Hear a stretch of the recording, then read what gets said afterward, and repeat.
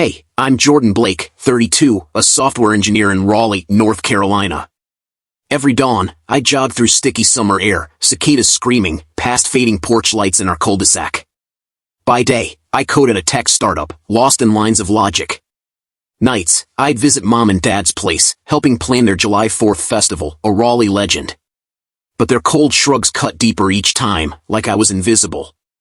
I ran to outrun the ache, but it clung like humid heat. Something was breaking inside me, and I didn't see the betrayal coming. In 2023, my parents' July 4th festival in Raleigh nearly collapsed when their big sponsor bailed. I gave them $45,000, my entire savings, scraped from years of 70-hour coding weeks, to save it. That money was my dream of a home, a life beyond my cramped apartment. Ava, my mom, glowed at the festival, her perfume sharp as she hugged sponsors, while Mason, my dad, toasted with buddies at the VIP tent, both acting like my sacrifice was nothing. I'd text, "Any repayment soon?" Ava's reply, "You'll manage, Jordan." Mason just said, "Relax, we're good." The festival's sweaty crowds, sizzling hot dogs, and booming fireworks masked their indifference. I'd walk through, throat tight, seeing their fake smiles as they took credit for our success. That $45,000 cost me everything: vacations, dating, sleep. I worked overtime, eyes burning, to rebuild, while Mason golfed and Ava planned galas. They never mentioned my help, not once. I felt like I was pouring my heart into a void, my trust in them fraying like old festival banners. Their charm fooled Raleigh, but I saw the truth in their dismissals.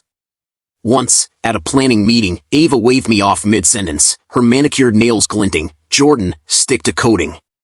Mason chuckled, sipping bourbon. I swallowed the hurt, but it festered. 2 years of this, and I was breaking, financially, emotionally.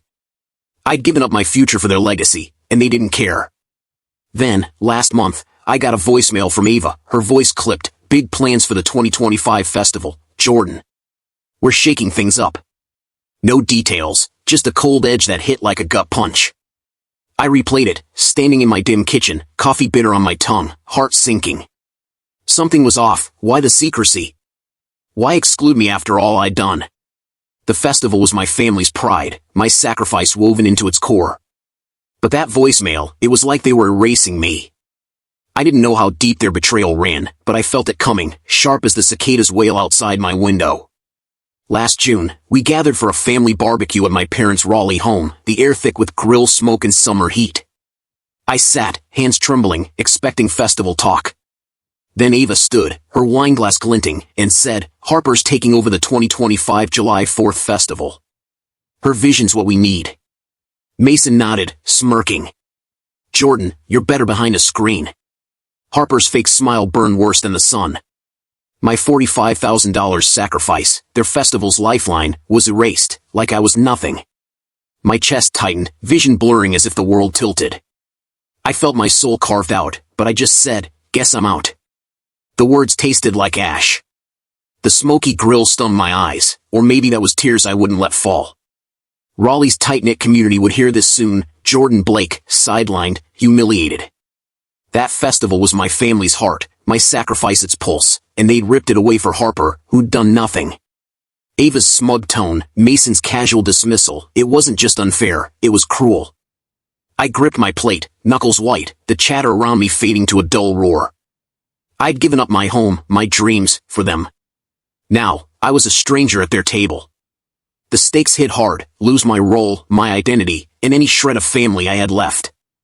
My heart screamed for revenge, but I stayed quiet, their laughter echoing like a taunt. What could I do to make them feel this pain? I didn't know yet, but the hurt was a fire, and I'd find a way to burn their lies down. That barbecue broke me, but I didn't want their lies to win. At 3 a.m., in my Raleigh apartment, I sat under my laptop's dim glow, heart racing like a drum. I hacked into the festival's digital archive, child's play for a coder like me. Using encrypted tools, I built an untraceable video, a memorial of Ava and Mason's betrayal.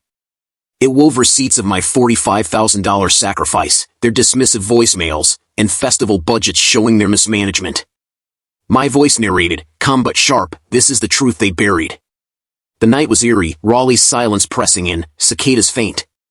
My fingers flew, coding the video to autoplay on every festival screen come July 4th. I added an FAQ page, neutral, factual, to keep it dignified. Sweat beaded on my brow, not from heat but resolve. This wasn't just revenge, it was justice for the dreams they stole, my home, my trust, my heart. The laptop's hum felt like a heartbeat, syncing with mine. I uploaded it at dawn, the sky bruising purple. No one would trace it back, not Ava, not Mason. I leaned back, breathing steady, the weight of betrayal lighter for the first time. I'd been invisible, but this video would make Raleigh see me. What would happen when it played?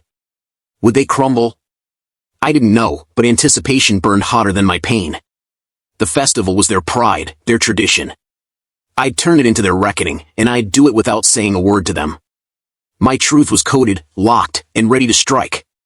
The morning after I uploaded the video, my phone lit up like a Raleigh storm.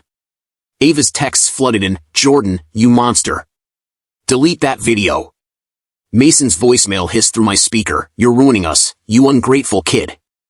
Their panic was raw, entitled, not a shred of remorse. I sat in a local coffee shop, the air thick with gossip, neighbors whispering about the festival. My reply was simple, the truth's out there. My voice stayed steady, but their desperation deepened my heartbreak, fueling my resolve. Then came the real chaos, a live-streamed festival committee Zoom call, sponsors grilling Ava and Mason. "Where'd Jordan's $45,000 go?" one demanded. Ava stammered, her face pixelated but pale. Mason's "it's complicated" fell flat. My phone buzzed relentlessly, texts piling up, each one a plea or threat. I sipped bitter coffee, jaw clenched, the shop's chatter a dull roar.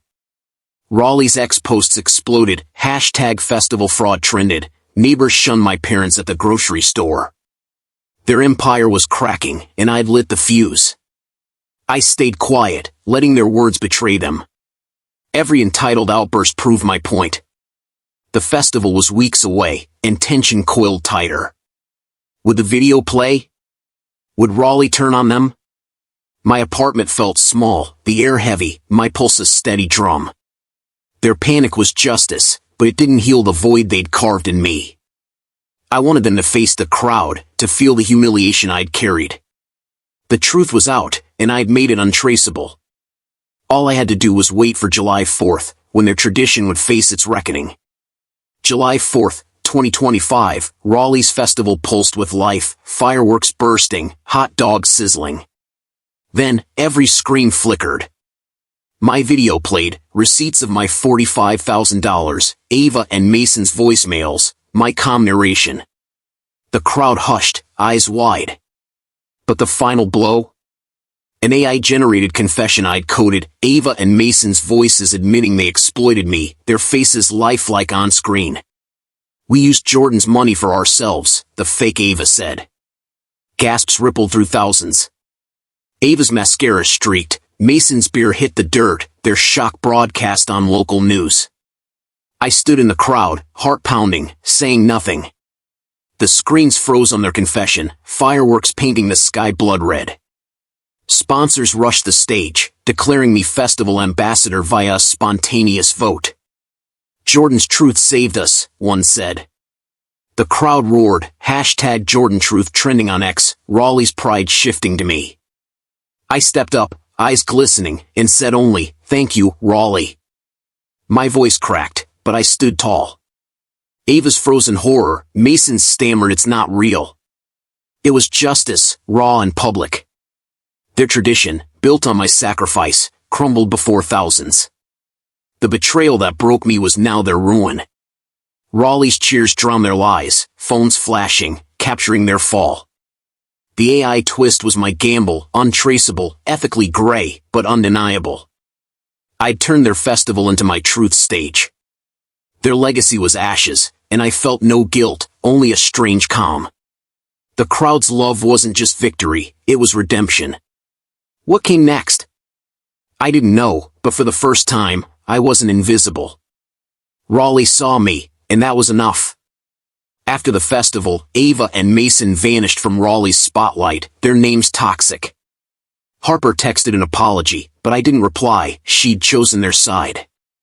The festival rebranded, my $45,000 finally acknowledged. I jogged past the grounds at dawn, the air crisp, oaks whispering closure. My heart, once shattered, felt lighter, like Raleigh's breeze lifting summer's weight. Their betrayal taught me I'm enough. I didn't need their approval, only my truth. Standing up didn't mean destroying them, it meant rebuilding me. In America, we value resilience, fairness. I learned betrayal can break you, but your truth can rebuild you stronger. That's my peace. I code now with purpose, not pain. Raleigh's cheers still echo in me, not for revenge, but for self-worth. The hurt lingers, but it's quieter, like cicadas fading at dusk. I'm not the son who begged for their love, I'm Jordan Blake, who chose himself. That's what I carry forward, under these oaks, in this city that saw me. Now, I run through Raleigh's oaks, golden sunlight warming my face, breath steady. I code with purpose, free from their shadows. Betrayal hurts, but your truth is your power. I found peace owning mine. Ever been betrayed by family? How'd you fight back? Drop it below. Subscribe for more raw stories from Raleigh's heart. I'm Jordan Blake, sharing truths to lift us up.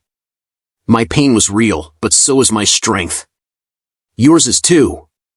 Let's keep talking, keep rising, right here under these Carolina skies.